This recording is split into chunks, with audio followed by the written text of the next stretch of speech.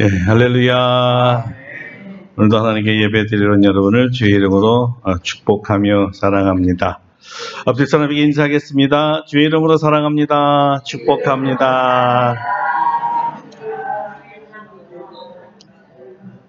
예, 이제 다 같이 묵도하심으로써 신령과 진정으로 하나님께 예배 드리겠습니다.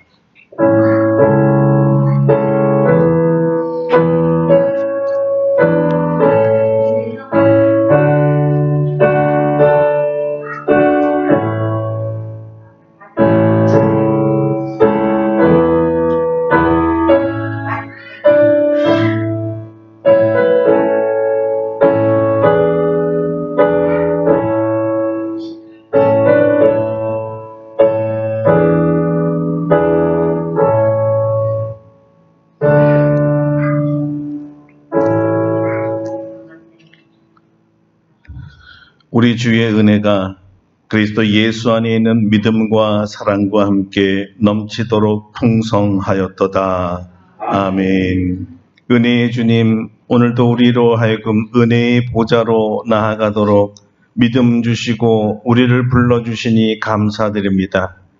주의 보좌에서 내려주시는 영광과 은혜와 풍성한 사랑이 우리 심령에 가득 차서 우리 주님을 즐거워하며 우리 주님을 기뻐하며 주님 앞에 성축하는 예배가 되게 하여 주시옵소서. 우리 주님만 홀로 영광을 받으시고 우리는 주님으로 말미암아 참된 평화가 가득 차게 하여 주시옵소서. 아멘. 예수님의 이름으로 기도드립니다. 아멘. 우리 다 같이 일어나셔서 찬송가 1장으로 하나님께 영광 돌립니다.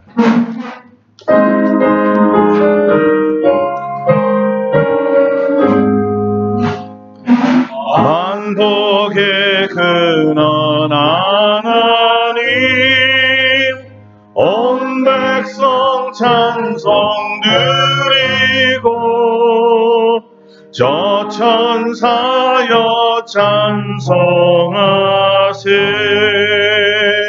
찬송 성부 성자 성령 아멘. 성시교동은 122번 주현절 두 번째입니다. 주보를 참조하시겠습니다. 내가 전심으로 주께 감사하며 신들 앞에 주께 찬송하리이다. 내가 주의 성전을 향하여 예배하며 주의 인자하심과 성실하심으로 말미암아 주의 이름에 감사하오리니 이는 주께서 주의 말씀을 주의 모든 이름보다 높게 하셨습니다. 여호와여, 세상의 모든 왕들이 주께 감사할 것은 그들이 주의 입의 말씀을 들음이오며 그들이 여호와의 이름을 노래할 것은 여호와의 영광이 크심이니이다. 여호와께서는 높이 계셔도 낮은 자를 굽어 살피시며 멀리서도 교만한 자를 아심이니이다. 여호와께서 나를 위하여 보상해 주시리이다. 여호와여, 주의 인자하심이 영원하오니 주의 손으로 지으신 것을 버리지 마옵소서. 아멘. 침묵으로 참회의 기도를 드립니다.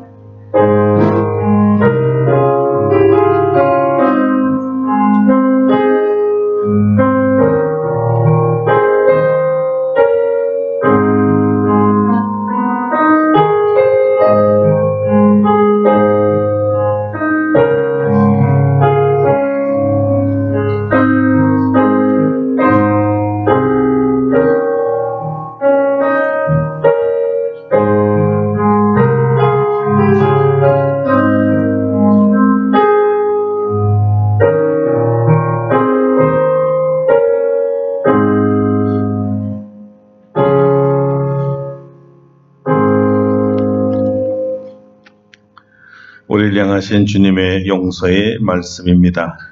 작은 자야, 네 죄사함을 받았느니라. 아멘. 사도신경으로 우리의 신앙을 고백합니다. 나는 전능하신 아버지 하나님 천지의 창조주를 믿습니다. 나는 그의 유일하신 아들 우리 주 예수 그리스도를 믿습니다. 그는 성령으로 잉태되어 동정녀 마리아에게서 나시고 본디오 빌라도에게 고난을 받아 십자가에 못 박혀 죽으시고 장사된 지 사흘 만에 죽은 자 가운데서 다시 살아나셨으며 하늘에 오르시어 전능하신 아버지 하나님 우편에 앉아 계시다가 거기로부터 살아있는 자와 죽은 자를 심판하러 오십니다. 나는 성령을 믿으며 거룩한 공교회와 성도의 교제와 죄를 용서받는 것과 몸의 부활과 영생을 믿습니다. 아멘. 자리에 앉으셔서 찬송가 23장 부르시겠습니다. 23장입니다.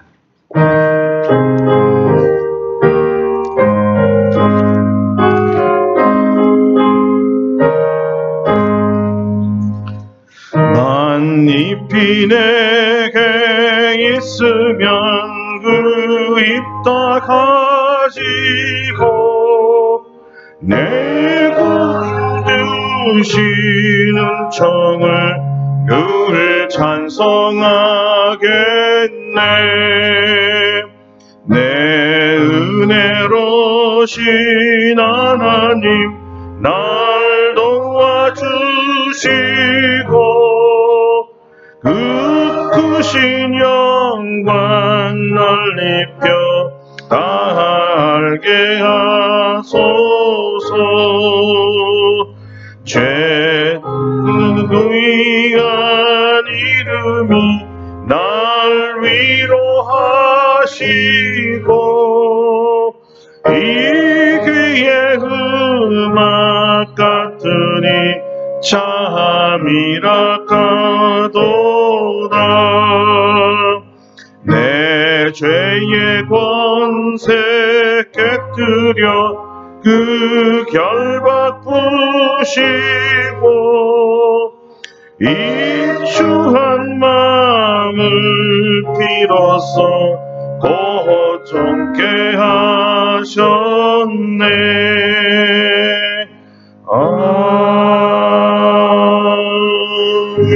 아멘. 조영자님께서 예배를 위해 기도해 주시겠습니다.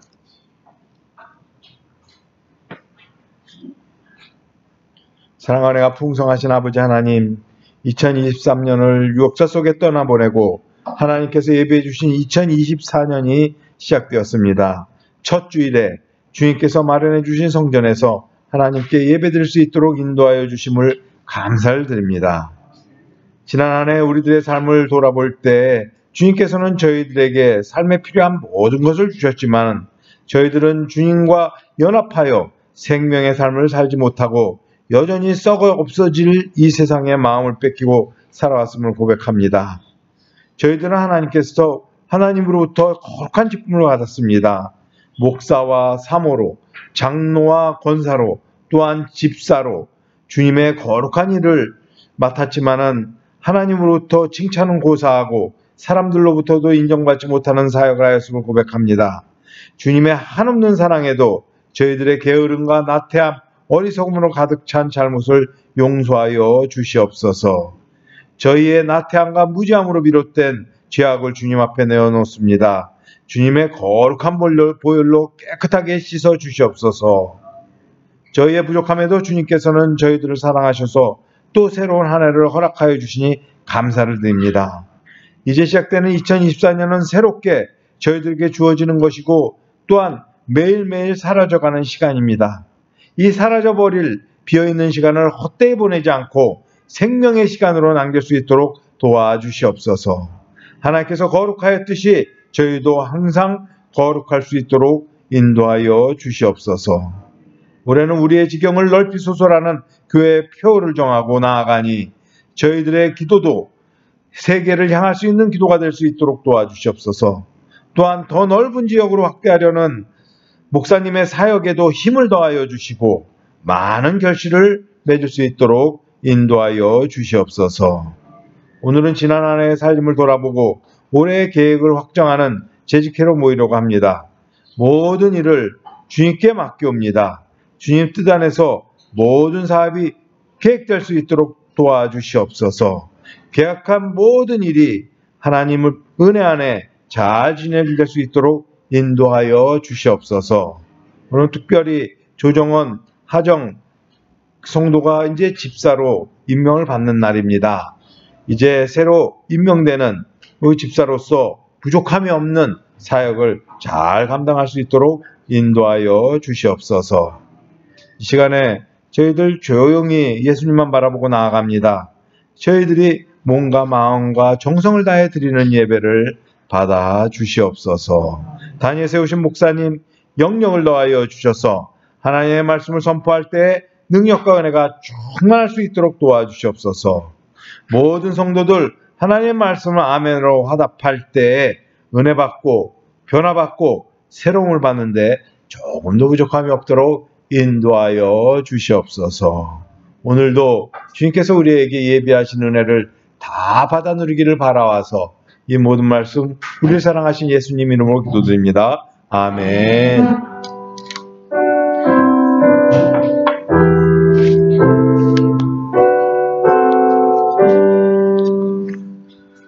예, 감사합니다. 오늘 우리에게 주신 하나님의 말씀은 신약성경 베드로후서 3장 18절입니다. 베드로후서 3장 18절 우리 한 절만 봉독해 드리겠습니다. 오직 우리 주 곧 구주 예수 그리스도의 은혜와 그를 아는 지식에서 자라가라. 영광이 이제와 영원한 날까지 그에게 있을지어다. 아멘. 할렐루야. 오늘도 이 말씀 우리에게 은혜 주실 줄로 믿습니다. 오늘은 예수 그리스도의 은혜로 자라가라는 제목으로 말씀을 증거하겠습니다.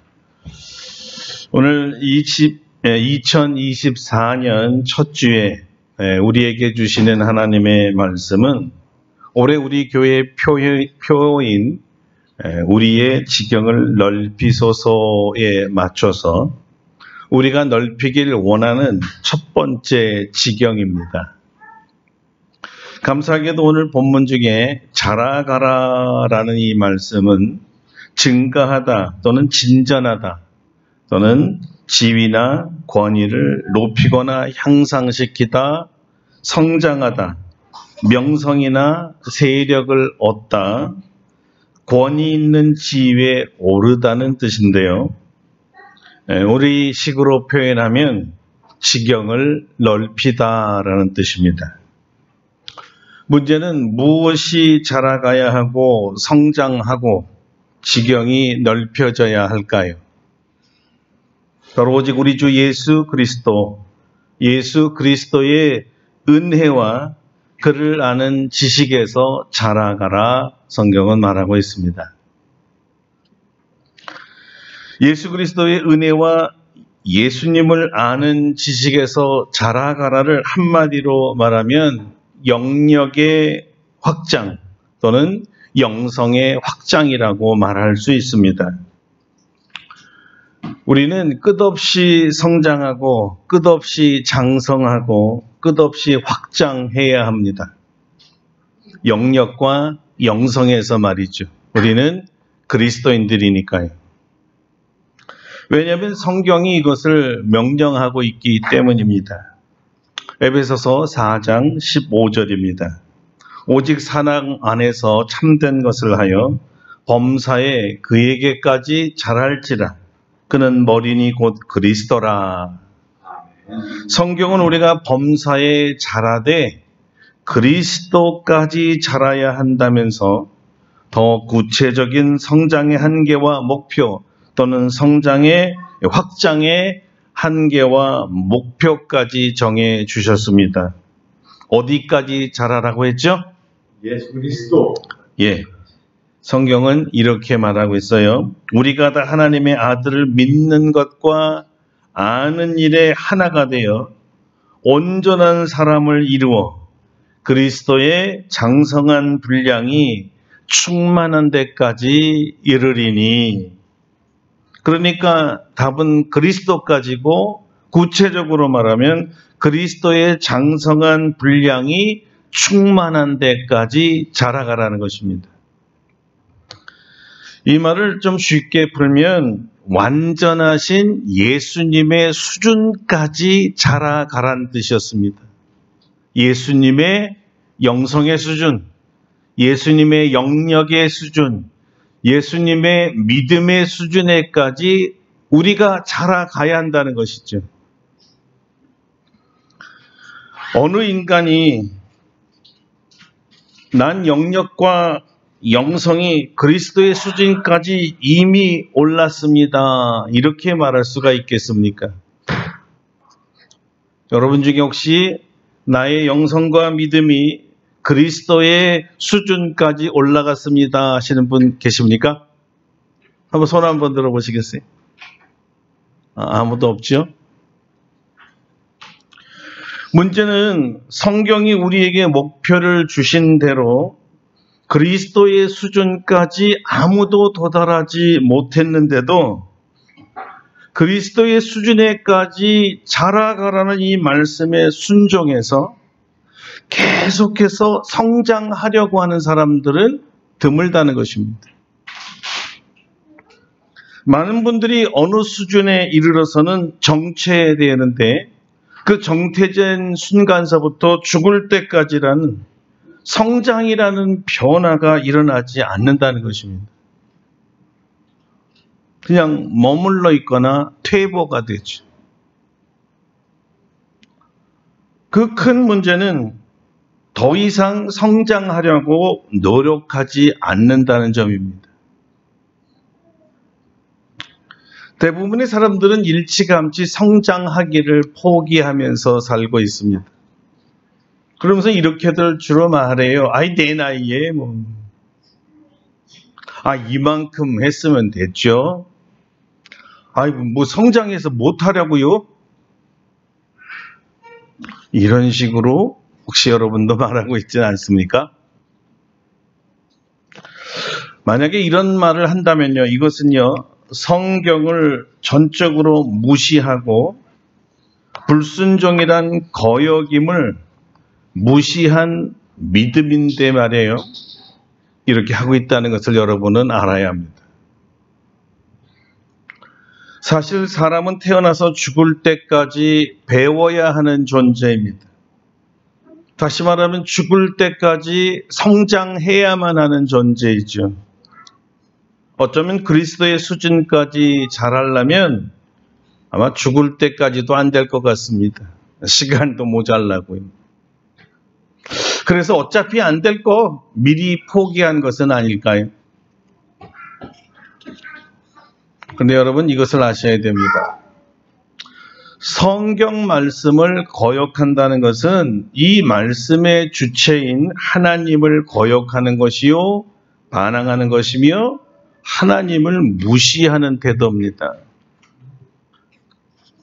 성경은 이런 자세를 오래전부터 경고해 왔습니다. 그 대표적인 예가 이스라엘의 초대왕 사울왕이죠. 그의 불순종이 무엇인가를 오늘 말하는 것이 아닙니다. 그의 불순종에 대한 성경의 반응이 무엇인가를 보려고 하는 것인데요. 이렇게 기록되어 있습니다. 사무엘이 이르되 여호와께서 번제와 다른 제사를 그의 목소리를 청종하는 것을 좋아하심같이 좋아하시겠나이까? 순종이 제사보다 낫고 듣는 것이 수양의 기름보다 나으니 이 거역하는 것은 점치는 죄와 같고 완고한 것은 사신 우상에게 절하는 죄와 같음이라. 자, 이 경고의 말씀을 무시하고 거역한 자의 결과는 어땠을까요? 이게 진짜 경고이거든요. 왕이 여호와의 말씀을 버렸으므로 여호와께서도 왕을 버려 왕이 되지 못하게 하셨나이다. 자, 흥미로운 것은 예수 그리스도의 수준까지 우리가 자라야 할 이유가 여기에 있다는 것입니다. 사울 왕과는 대조적으로 우리 주님은 완전한 순종을 하나님께 보입니다. 그 결과는 무엇일까요? 죽은 자 가운데서의 부활이었습니다. 만왕의 왕이 되셨고 모든 입으로 찬양받는 주님이 되셨다는 거죠. 순종의 대가는 이렇게 멋집니다. 이것이 바로 성경이 우리에게 그리스도의 수준, 즉 죽음도 불사하고 순종하는 영성의 수준까지 자라가라고 하신 이유입니다. 그리스도의 완전한 영역과 영성의 수준은 자기 몸을 우리를 위하여 십자가에 내어주는 이런 수준입니다. 주님은 이 수준까지 우리가 자라기를 원하시고 또 그렇게 하라고 명령하고 계십니다. 마태복음 16장 24절입니다. 누구든지 나를 따라오려거든 자기를 부인하고 자기 십자가를 지고 나를 따를 것이니라. 이런 얘기입니다. 내가 십자가에서 죽은 것처럼 너희도 너희 십자가에서 죽어야 참 내 제자다. 그러니까 여기까지 너희 믿음이 자라가야 한다. 어때요? 부활 후에 베드로에게 나타나셔서 네가 날 사랑한다면 내 어린 양 먹이라 하시고 주님의 어린 양 돌보다가 너도 결국 십자가에서 죽게 될 것이다. 이런 예언을 하십니다. 내가 진실로 진실로 내게 이르노니 네가 젊어서는 스스로 띠띠고 원하는 곳으로 다녔거니와 늙어서는 네 팔을 벌리리니 남이 내게 띠띠우고 원하지 아니하는 곳으로 데려가리라. 그리고 결과적으로 베드로는 이 주님의 예언대로 십자가에 거꾸로 매달려 죽습니다.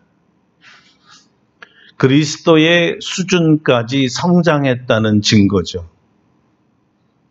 그 결과 지금 베드로는 하늘나라 예수님 우편에 예수님을 받드는 가장 높은 자리에 앉아 있습니다. 베드로만 십자가를 진 것은 아닙니다. 바울도 예수의 십자가의 흔적을 자기가 가지고 있다고 하지 않습니까? 그가 갈라디아에서 이런 고백을 합니다. 그러나 내게는 우리 주 예수 그리스도의 십자가 외에 결코 자랑할 것이 없으니 그리스도로 말미암아 세상이 나를 대하여 십자가에 못 박히고 내가 또한 세상을 대하여 그러하리라. 이후로는 누구든지 나를 괴롭게 하지 말라. 내가 내 마음에 예수의 흔적을 지니고 있노라. 베드로와 바울만이 십자가를 지고 죽는 수준까지 믿음을 가진 것은 아닙니다. 그리스도를 따르는 참 제자들은 시대를 떠나서 모두 자기 십자가를 지고 주님을 따랐습니다. 이것이 바로 주 예수 그리스도의 영성의 수준이라는 것이고 그들이 거기까지 자랐다는 증거입니다. 베드로는 이 점을 너무 잘 알고 있었습니다. 그래서 그의 편지를 읽을 독자들에게 당신들이 그리스도에까지 자라가야 할 이유가 여기 있습니다라고 전한 것이죠. 그들을 위해 절대적으로 필요한 것이었으니까요. 왜냐하면 그 당시 그리스도인들은 로마 황제와 로마 당국으로부터 말로 표현할 수 없는 고난과 핍박을 받았습니다. 이 고난을 이길 유일한 방법을 제시한 것이 바로 오늘 본문이었어요. 베드로 전후서를 다 기록을 마치면서 마지막으로 베드로가 내린 결론이기도 하지요. 다시 한번 들어보세요. 오직 우리 주 곧 구주 예수 그리스도의 은혜와 그를 아는 지식에서 자라가라. 아멘. 영광이 이제와 영원한 날까지 그에게 있을지어다. 베드로의 편지를 읽는 독자들은 다 신실한 그리스도인들이었습니다. 예수님을 주와 그리스도로 믿는 이유 때문에 황제를 부인한다는 반역죄로 몰려서 사형을 당하기도 하고 글라디에이터들의 싸움 대상으로 죽임을 당하기도 하고 사자의 입에 던져지기도 하고 때로는 태형이나 또는 화형을 받아 죽었습니다. 예수님이 나의 주님이시고 나의 왕이십니다. 예수님은 하나님이시며 나의 구원자이십니다. 라는 이 단순한 신앙 고백 때문에 그들은 자신들의 생명을 신앙 고백과 바꾼 거예요. 다른 범죄함 때문 아닙니다. 범법함 때문도 아니에요. 오직 예수 그리스도를 주로 믿는 이 신앙 하나 때문에 죽어야 할 그들이기에 베드로는 이 고난을 애매한 고난이라고 표현을 했지요. 애매하다라는 말은 부당하다라는 뜻입니다. 그래서 박해 또는 핍박이라고 말할 수밖에 없었습니다. 이들에게는 이 끔찍한 현실에서 자기 목숨과 바꿀 수 있는 강한 믿음이 있어야 했습니다. 그리스도의 장성한 분량에 이르는 믿음 말이죠. 자, 오늘 우리 식으로 말하면 그리스도의 수준까지 이르는 믿음입니다. 이 믿음의 수준까지 믿음이 장성하지 못한 사람들, 안 해도 좋다고 생각했던 사람들, 뭐 내 나이에 어째서라고 주장했던 사람들은 비참하게도 배도했습니다. 예수님을 떠났습니다. 이 환난을 이길 방법이 없었어요. 믿음이 없는 자들이 어찌 환난을 이기겠습니까? 불행이죠. 만일 우리에게도 상상해 봅시다. 예수님의 초상화를 땅바닥에 떨어뜨려 놓고 지나가면서 침을 뱉고 발로 밟으면 살려주고 그냥 지나가면 죽인다고 했을 때 얼마나 많은 사람들이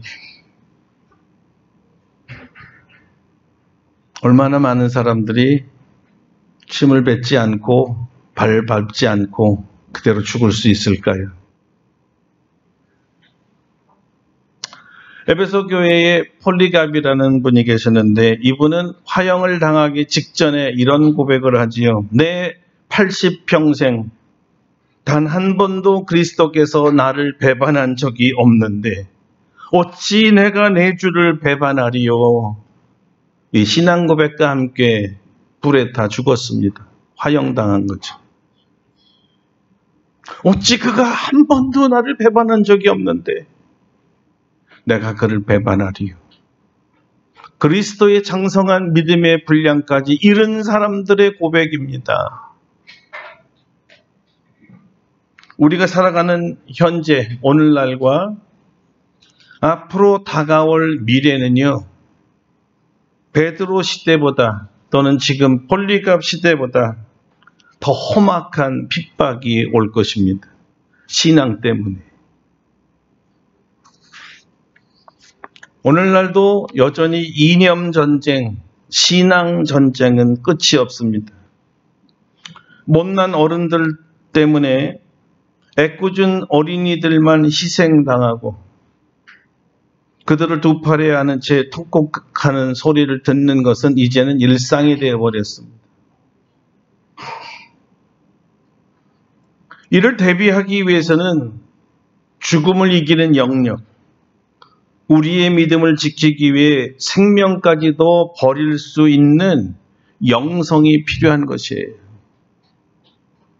우리가 왜 십자가에서 죽으신 우리 주 예수 그리스도의 믿음에 이르기까지 성장해야 되는, 장성해야 되는, 자라나야 하는, 넓혀야 하는 이유 중에 이유입니다. 그러지 않으면 환난이 올 때 다 우리도 베드로 시대처럼 배도할 거니까요. 어떻게 그리스도의 장성한 수준에 이르기까지 믿음과 영역을 자라나게 할 수 있을까요? 베드로와 바울과 같은 사도들의 결론은 그리스도의 은혜와 그를 아는 지식에서 자라가야만 한다는 것입니다. 우리를 성장하게 하고 장성하게 하는 힘 또는 자양분이라고도 말할 수 있고 에너지라고도 말할 수 있는 그것이 하나님의 은혜입니다. 하나님의 은혜. 한때 바울은 믿음이 연약한 제자 디모데에게 에베소 교회를 맡기면서 이 목양을 온전하게 감당하려면 그리스도 예수 안에 있는 은혜 가운데서 강해져야 된다 그랬습니다. 바꿔 말하면 은혜만이 베드로를 강하게 만들어줄 수 있다는 말이었습니다. 바울이 사용한 이 강하다라는 말은 다이나마이트처럼 폭발적인 힘을 말합니다. 이 말은 오순절에 주님께서 약속하신 권능과 같은 말이기 때문에 성령의 임재와 기름 부으심으로 강하게 된다는 뜻이기도 합니다. 위로부터 주어지는 하나님의 권능이기 때문에 절대적으로 하나님의 은혜입니다. 사도 바울 자신도 이 성령의 능력을 받아 주님 주신 사명을 감당했기 때문에 동일한 원칙만이 디모데도 사명을 감당할 수 있다고 한 것이죠. 당연히 우리도 성령의 기름 부음을 받아야만 다이나마이트처럼 강해져서 어떤 고난과 어떤 핍박이 올지라도 우리의 믿음을 지키고 승리할 수가 있습니다. 그러므로 우리가 성령의 권능을 받아야 주님의 증인이 될 수 있다는 성경 말씀과 완전하게 일치되는 말씀이죠. 하나님의 은혜로 성령의 권능을 받은 자만이 주님의 복음을 전하다 순교할 수 있는 증인이 될 수 있기 때문입니다. 이것이 올해 우리 교회의 목표입니다. 하나님의 은혜, 그리스도의 은혜로 성령의 권능을 받아 강한 믿음의 사람이 되어서 순교적 사명을 감당하는 수준의 영역과 영성으로 자라나가는 것이죠. 누가 자신의 힘으로 순교할 수 있겠습니까?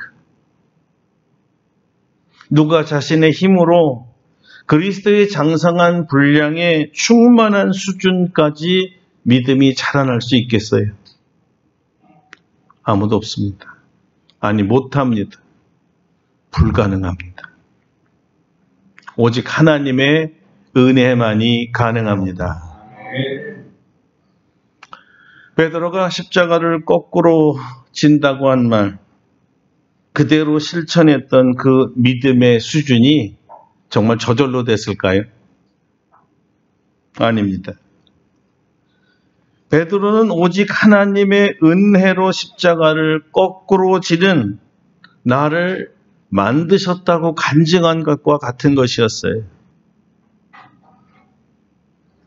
사도 바울이 육체의 가시를 없애주셔야 제가 더 건강한 몸이 되어서 더 복음을 효과적으로 전할 수 있지 않겠습니까? 주님, 그러니 육체의 가시를 내게서 제해 주세요. 이렇게 3번 간구했죠. 그러나 주님께서는 그의 고질병을 고쳐주신 것이 아니었습니다. 대신 내 은혜가 내게 족하도다 말씀을 주셨습니다. 이 말은 주님의 은혜만 받는다면 비록 육체의 가시가 여전히 나를 찌르고 괴롭힐지라도 능히 주님 주신 사명 감당할 수 있다는 말씀이었습니다.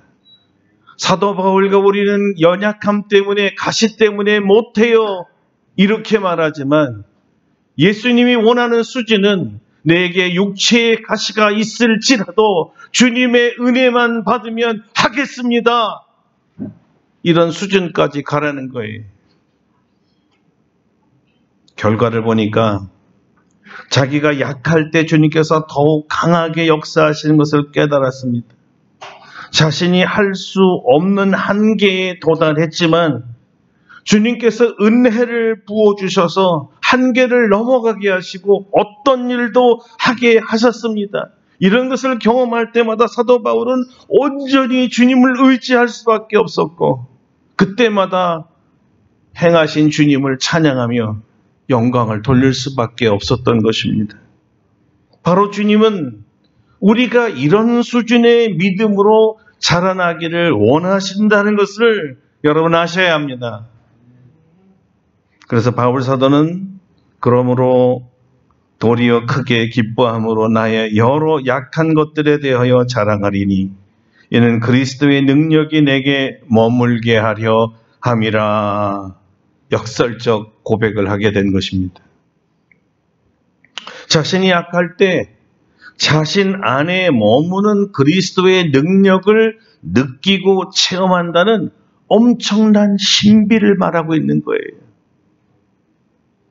자기 안에 자기 힘 아닌 엄청난 힘, 다이나마이트까지는 폭발하여 터져나갈 것 같은 굉장한 힘, 어떤 고난과 질병과 박해도 이겨나갈 수 있는 힘이 자기 안에 있음을 감지했습니다.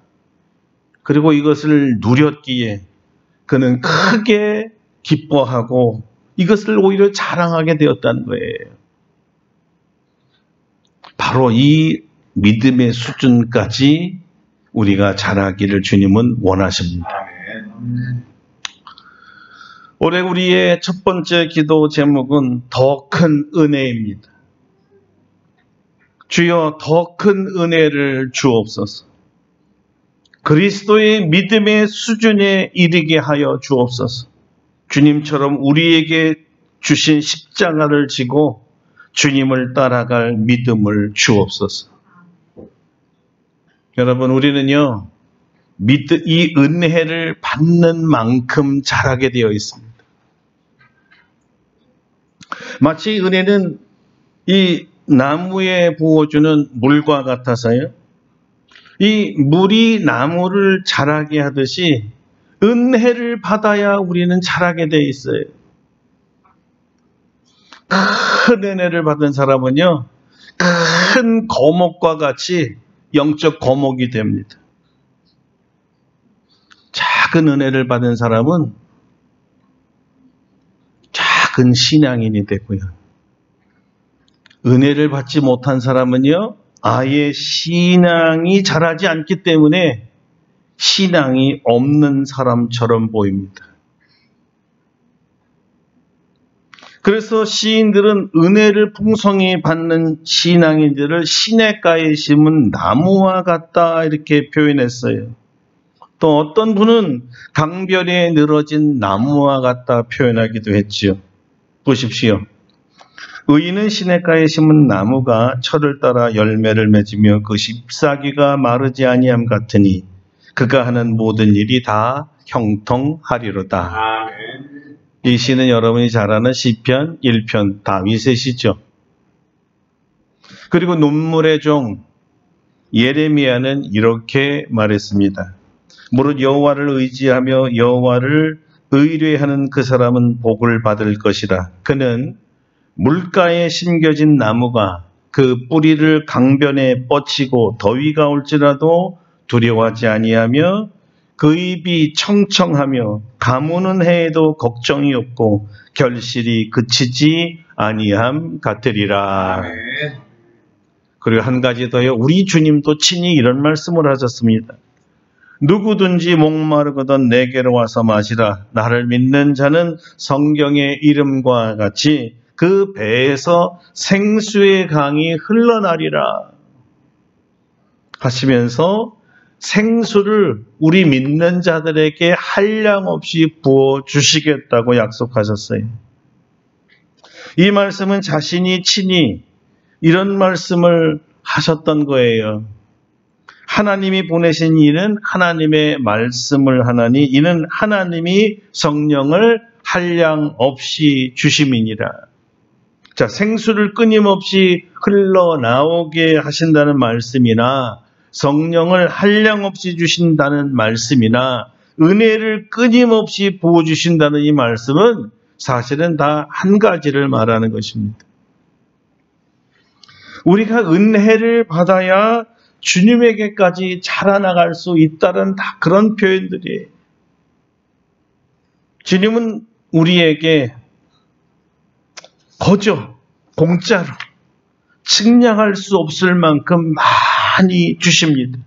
그러나 단 한 가지, 이 은혜를 받으려면, 이 큰 은혜를 받으려면 기도하라, 구하라 하셨어요.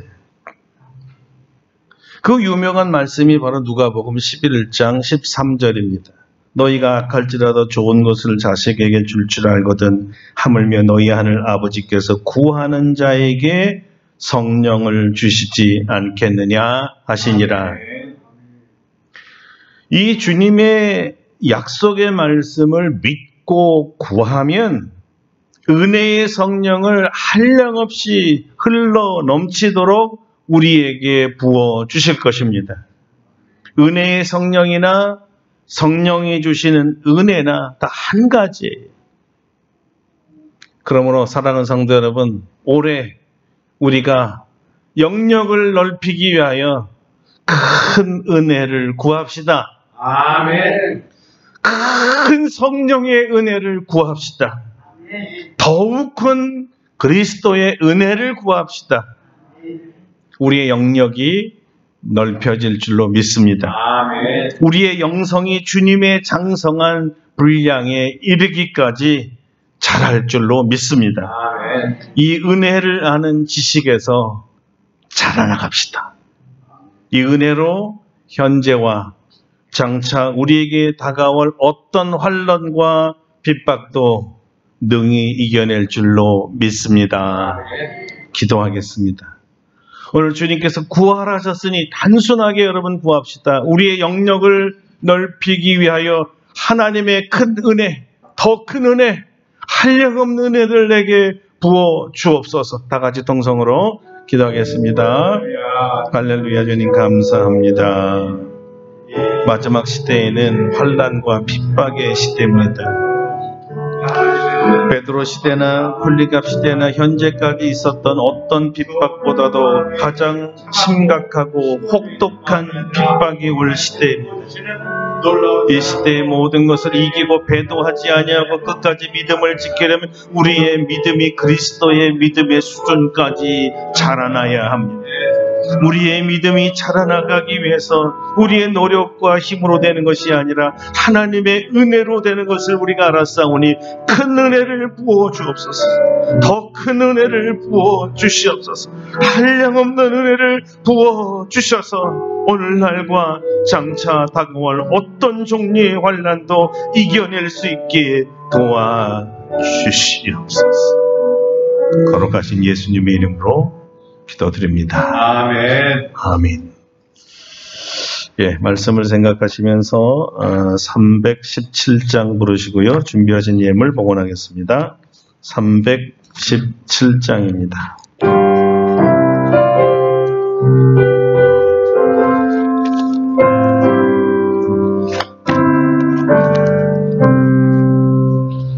내 주 예수 주신 은혜 한억 것만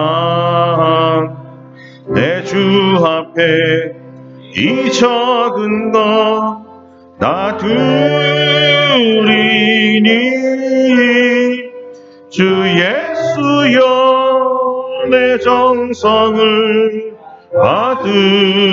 받으소서. 주 날 위해 오배로운 피 흘리사 그 귀하신 생명까지 나 주시니 내 천한 몸이 생명을 외아 맡기랴. 주 예수께 비친 것이 안 없건만 나 주 위에 드린 것은 참 적으니 주 예수여 너 그렇게 없소서. 날 위하여 십자가에 피 흘리신 주 예수의 은혜로서 인치시고 내 모든 것 주의 소유 담으소서. 주 날 위해 그 귀하신 몸 버리사 이 내 몸을 빚값으로 사셨으니 내 생명도 주 예수께 바칩니다.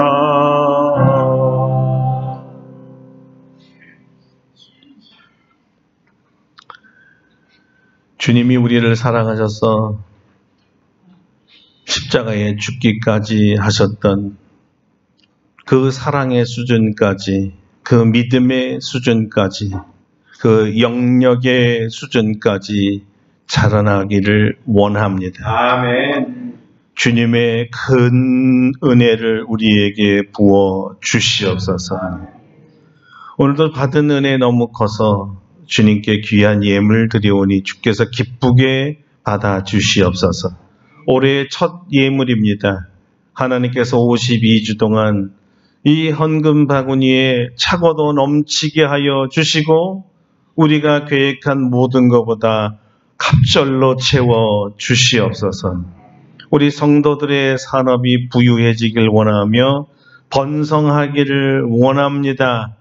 마음에 소원하고 계획하고 노력하는 것, 손으로 하는 모든 일에 열매 있게 하여 주시고 헛된 수고가 되지 아니하도록 막아 주시옵소서. 올해는 우리의 건강을 더욱더 지켜주셔서 한 분도 병원 가는 분 없도록 주께서 보호하시고 건강한 몸으로 주님 앞에 기도하며 선교하며 주의 뜻대로 살 수 있도록 은혜를 더하여 주시옵소서. 새해 우리는 모든 면에서 지경이 넓혀지기를 원합니다. 아멘. 우리 주님께서 각 사람의 소원대로 다 넓혀 주시옵소서. 아멘. 선교의 사역도 넓혀 주시옵소서. 아멘. 돌봄의 사역도 넓혀 주시옵소서. 아멘. 우리 믿음과 사랑과 인내도 넓혀 주시옵소서. 우리 젊은이들과 어린 고사리들 참으로 그 심령들의 하나님 아버지 삶을 돌보아 주시고 주님이 지혜와 성령으로 자라가듯이 우리 어린 것들도 주님의 은혜로 자라가도록 축복하여 주시옵소서. 아멘. 이제 한 해도 주님 앞에 맡기며 첫 주를 주님과 함께 첫발을 내딛기를 원하오니 우리랑 동행하여 주시옵소서. 예수님의 이름으로 감사 기도드립니다. 아멘.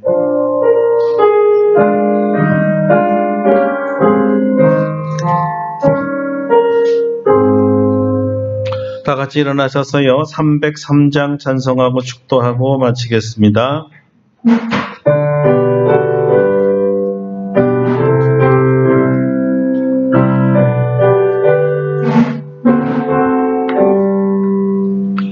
날 위하여 십자가에 중한 고통 받으사 대신 죽은 주 예수의 사랑하신 은혜 내어 보배로운 피를 흘려 영영 죽을 죄에서 구속함을 받느니 어찌 찬양할까. 예수 안에 있는 우리 한량없이 즐겁고 주 성령의 위로함이 마음속에 차도다. 천국 음악 소리 같은 은혜로운 그 말씀 끊임없이 듣는 우리 어찌 찬양 안 할까. 이 세상의 모진 풍파 쉬지 않고 불어도 주님 안에 보호받는 우리 마음 편하다. 늘 깨어서 기도하고 저 천국을 바라며 주님만을 기다리니 어찌 찬양 안 할까.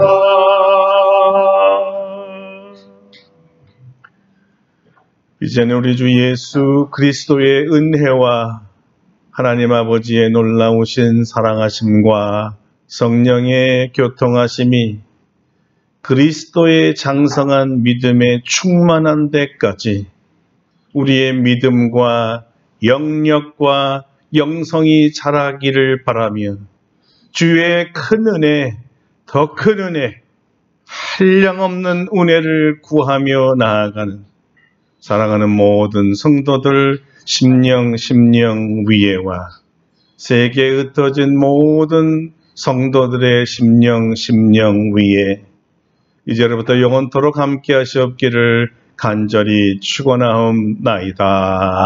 아멘. 할렐루야. 할렐루야. 우리 주님께 감사와 영광의 박수 하겠습니다. 인척석하시죠.